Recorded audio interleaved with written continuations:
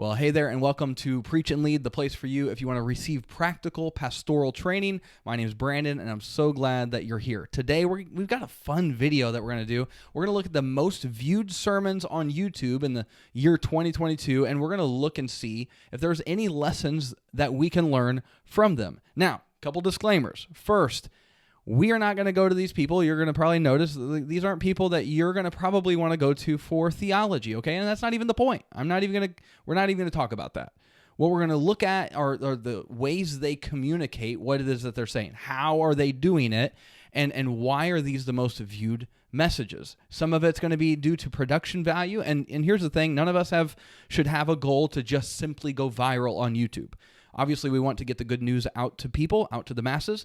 However, these videos that we're going to look at are from either broadcast networks or churches that have likely a far greater budget than you do. So it's not really about the production. It's not really about the theology. But what I want to do is see if there's something we can learn. Because I always want to be someone who learns. See if I can learn something from everyone, because I think there is something that we can learn from everyone. So that's what we're going to do. Let's dive in. Churchleaders.com did a video or an article where they compiled the most viewed sermons on YouTube from the past year. So this was back in August in 2022. And they compiled it. So the top sermons in terms of views, number one was Priscilla Shirer. This is Tony Evans' daughter. Number two is T.D. Jakes, and T.D. has like a lot of videos in the top 10. So we're only going to look at his number one, which is number two in the ranks, but only one of his. And then we're going to look at Dr. J. I say that every single time. Dr. David Jeremiah, not Dr. Javid Jeremiah. Okay. Failure, Brandon. And then the last one that we're going to look at is Joel Osteen. So we're going to look at each one of these in turn. Probably only going to do a few minutes at a time. We're not going to look at 4 full-length messages, okay? Ain't nobody got time for that right now. So I want to pull some lessons from, some of it's going to be from the very beginning. I might just jump to the middle of one of them and see what they do at the end, because those are some of those key moments that I think are really important for us to communicate well. Obviously, we want to communicate well throughout, but for the purpose of this video, we're going to see what we can learn from those little pieces of these messages. So let's jump right in. That thing is burdening you down, and you've never considered the fact that you've already got what you need. You've been thinking this is not enough gifting, this is not enough talent, it's not enough money, it's not enough time. I don't have enough, and Jesus is whispering in your ear tonight, you got enough. Okay, 19 seconds in, and Priscilla is like, obviously this is from a clip from the middle of the message, but man, there's so much to learn from this, just small little clip. The first thing is obvious. She is embodying the message. She's talking about, like, just from what I can gain from this 19 seconds, the idea that we need to trust that God's already given us what we need, right? You already have what you need to live a godly life, right? Like, I don't know what it is, what the text is, but like, there's questions like, where's she coming from? Where's she going to? Where does this fit? But just from, we're preachers, we can probably figure out what she's talking about. She's talking about trusting God, right? Trusting God. And what is required in order to trust God, actually, practically? Surrender. So she's on her knees. And what is that posture? It's a posture of surrender. So she's not only just saying what she's saying, but she's showing what she's saying. This is so huge. And this is such a good lesson for all of us, because some of us, we stand behind these big wooden pulpits and we don't move much. And there are times where to be able to embody the message is part of communicating it well. And already Priscilla's just knocking it out of the park. So let's see where she goes with this. So Jerry and I, my husband and I, we've been married nearly 20 years now. I can't believe that. And we have 3 sons that we are raising. They are giants, y'all. My 15-year-old is 6 foot 2 inches tall. His 14-year-old brother is 6 foot 2 inches tall. Their 9-year-old brother is coming up right after them. They are some big boys. And one of the things I do for these boys, in fact, you should know that my full-time job is feeding the boys. That is my full-time job. I am trying to figure out any which way I can differently to cook chicken for dinner every single night, just like y'all. That's exactly what I'm doing. So we just... Okay, so this is obviously, she's in a guest preaching environment, and she starts with an endearing little tidbit about her family, right? She's just 30 more seconds in, and you already have seen her smile a ton and talk about her family and bring in humor. A way to get people to just lean in with what you're saying is to make them laugh, let the guards down, and just be ready to receive whatever it is that she's going to say. She's doing a great job with that. So if you're guest preaching, starting with a story about yourself so that people can get to know who you are and also bring out your personality in that, smile a lot. Those are just such good basic things that go so far in how people receive you. Just do sports and everything with the boys, and they're growing up so quick. So one of the things that I have done since my oldest was 5, I started when he was 5, I went to Ross Dress for Less. In the backhand corner, left-hand side, there is one row that has books and journals and those sorts of things. I went and I grabbed 3 journals, hardback journals. They were just little with the little spiral spines, nothing real fancy, $4.99. I picked one for each boy. I've had it ever since my oldest was 5. And at that age, I started to record a journal for them. I do not write in it every week or every month or even, just on a regular basis. It's just when something happens, I don't want to forget. Or they say something that's really interesting, or I see the handiwork, the fingerprints of God in their life in some way. I kind of write it down. My goal is to have a collection of writings and thoughts and love letters really to my boys about their life that I hand over to them when they're, mature enough to appreciate it. Or better yet, I might just hand it over to their wives and say, girl. Again, she's just bringing in that humor. If you're funny, let that come out in your messages. Okay, let me jump to the middle. Let's just see what we've got here. So he called them. He entrusted them. He sent them out, and they returned to him and gave an account. They were tired. The disciples had been given it everything they had. And I know there are some of you in the room, and you would admit that you haven't done it perfectly, but man, you've sure been purposeful. You've been intentional about this marriage. You've been giving it everything you've got.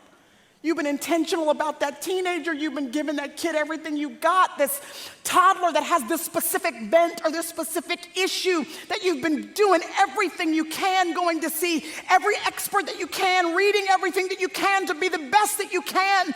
As a mother, single mother, you've been giving it everything that you've got, working the jobs that you've got to work to keep food on the table. You've been giving that business, that ministry, that endeavor, everything that you have, and you, the disciples, are tired. Y'all, okay. This is what it means to preach to the heart. I think she's talking about when Jesus sent the disciples out, they came back. And she's just making the point that they were tired and connecting it to life. This is what it looks like to preach to the heart. When you take the time to take, okay, here's this truth in the scriptures, here's what we interact with, and here's what that connection is. It's such a simple thing, but it is so pivotal in people receiving it and understanding what God is saying through this, to be able to connect the passage to their lives, where you simply make a statement from the text. It's just like any sermon illustration. You have the setup statement, and then you give a list of examples. This is just simply a sermon illustration of a list of examples. Like, I know you've been given everything you've got for your kids, for your business, for your schooling. Like, you take your context, the people that you are preaching to, and you connect these things. I know you've been given it everything you've got, and you're feeling tired. Well, and then there's the bottom line after she gets to that, where she's going to tell us something. Good news about Jesus is that when the disciples come to him tired, he does not say, Go away from me and get yourself together. Come back and then I can use you. He says, come away with me. And the implication is your people, can come away with Jesus. You can find rest in him. So good. Okay, let's move on to the next one. I can see why this resonated with so many people. Okay. Good job, Priscilla. Amen. Okay. Let's see what Bishop T.D. Jakes has to say. We'll get back to the rest of the video in just a moment, but before we get to that, be sure and go to preachandlead.com/guide and grab your 10-step guide to writing a sticky sermon. If you haven't gotten this yet, go get it. It's the complete process to go from blank page to finished sermon, and not just any sermon, but a sermon that sticks into the hearts of your listeners every single week. So go to preachandlead.com/guide. Go ahead and grab that. It's my gift to you, just saying thanks for being on this video. All right, let's get back to it. Let's go to work. In the Gospel of St. Luke, chapter number 22, verse 42 through 51, and then I will drop down to 55 and luxuriate the theology of this message by continuing the story from 55 through 62. We will be reading out of the King James Version for no particular reason other than the fact that we both share being old. Oh my gosh. Okay, hold up. Is this message actually 2 hours long? Oh my goodness, y'all. This message is 2 hours long. Okay. All right, let's go. I like the language. I learned the language in King James. Go to it now, Luke 22, 42 through 51. When you go to this, you have stepped into the most stressful, overwhelming, conflicting moment in the life of Christ himself. The fortress of hell has come against him. All of the legions of demons have come in concert for this moment. When we step into this text, all that he has done before is now on trial. It is not just that he is on trial. All that he has done before is on trial, and all that he is on trial. Okay, so this is obviously a different styled message than Priscilla was. But a couple things at work. He's been here long enough that he can start his messages however he wants. But one of the things that you should notice, I talk about building tension before you get to the text. He introduced the passage, but he hasn't started reading it yet. And as he's about to get to it, he lays the groundwork for the tension in the text. Sometimes, you start with a tension that is in our world, which is what I usually tell people to do. This is something we deal with, and the scriptures are going to address that in some specific way. But Bishop TD looks at this in a way where he is setting his people up to anticipate the gravity of the situation in the text. And you can tell he's doing this because of the way he's speaking and obviously what he's saying, but there is performance involved when we preach, and he is bringing that through to help people understand the weight of what they're about to read. Let's jump right here to this most replayed spot. Most of us is that we have no sense of mission. Instead, we only have a sense of moments. Whew. So we have. That's a good line. The problem with us is most of us don't have a sense of mission. We just have a sense of moments. Oh, just that basic alliteration, the M to the M, mission to moments. That takes practice, y'all. That takes work. That's the work that goes beyond just the exegetical work, and it goes into how do we communicate stuff to our people? How do we actually make it stick inside their mind and inside their heart. Just that simple alliteration makes a difference. Things like shopping therapy, because we want to feel good in the moment. And we think that everything should happen in the moment. But the truth of the matter is, anything worth having takes time. Anything that's worth having takes commitment. Anything that's worth having takes suffering. There are no shortcuts to it. It requires suffering. It is not just patience that I'm teaching about this morning, because patience alone is not enough to deliver what God gave me to give to you today. You can have patience and still not have the ability to have delayed gratification. Patience just means I'll wait. And we have a lot of church people who are stuck in the wait mode.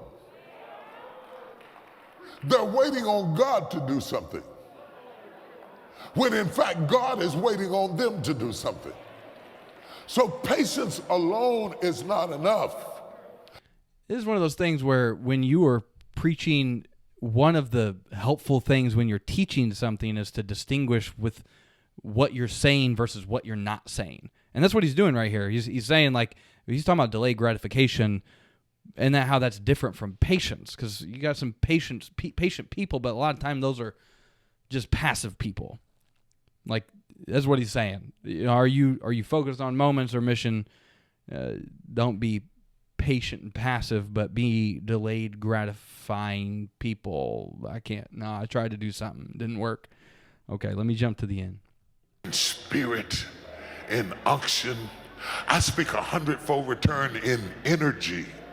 I speak 100-fold return in your health. All right, never mind. Okay, we're gonna move on. Okay.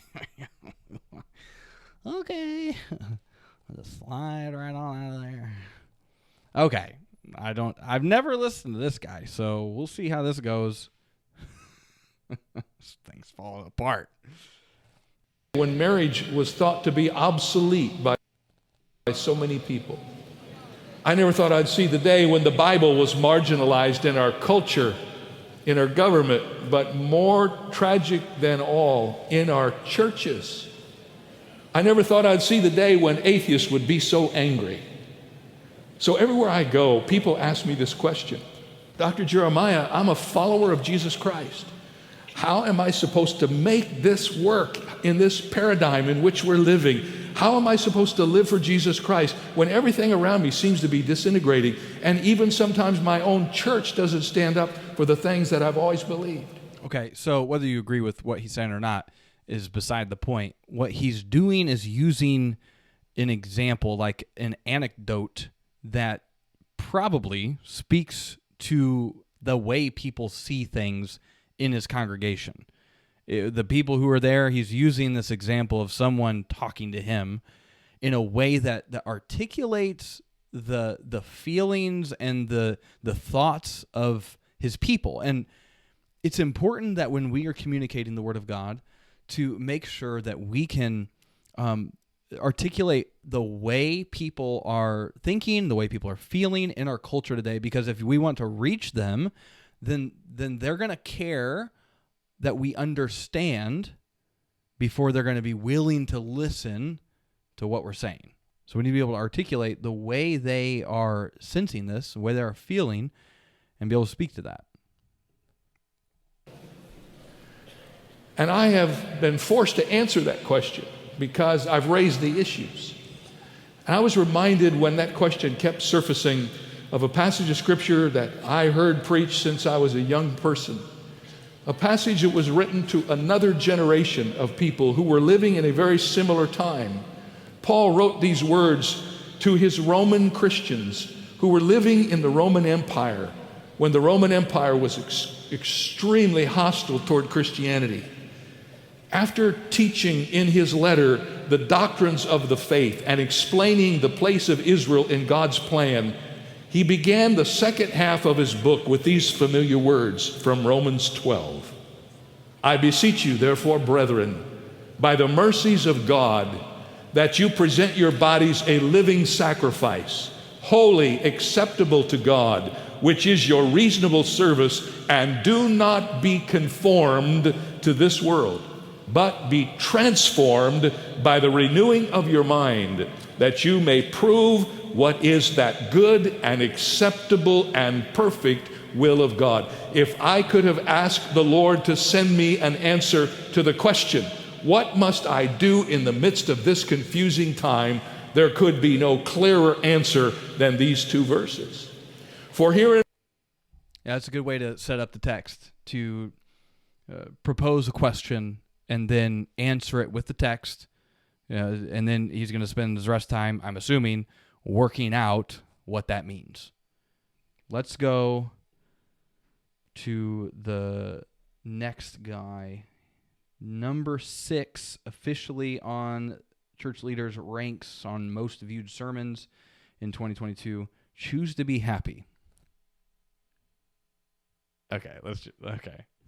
Ladies and gents, apparently I was just kidding. We're not going to be able to see that video, that sermon, because they have a copyright flag on the video and yeah, I'm not going to process the dispute because I think it is under fair use. It should be fine, but I'm not going to wait 30 days for that to get done. So I'm going to leave some of the comments that I had that were actually helpful without even seeing it. But if you really want to see the linked sermon, it's in the description that you can see that. But anyway, here's the rest of the video. You know, one of those books, it's called You Can, You Will. I use that all the time when I'm parenting. My kids don't want to do something, or they say, I can't. Nah, kid, you can, you will. Amen. Hallelujah. If you're still with me at this point, I want to leave you with a couple things. Number 1, be yourself. Just figure out, find your voice. You got to be who you are. And the second thing, don't chase YouTube views. Just simply preach the word, do it to the best of your ability, work on your craft, and just let it rip, okay? Let it rip. Smile. Be yourself. Use your humor. Use your personality. Make sure that you embody the message when you're preaching. Make sure you use your voice to express the kind of emotion that is present in the text. Make sure you are being faithful to God's word, being faithful to the calling that he's given you. And at the end of the day, go on and preach. And to help you do that, go ahead and check out this video where I show you 5 things you need to do with the biblical text every time you stand up to preach. Go right there, and I'll see you in that video.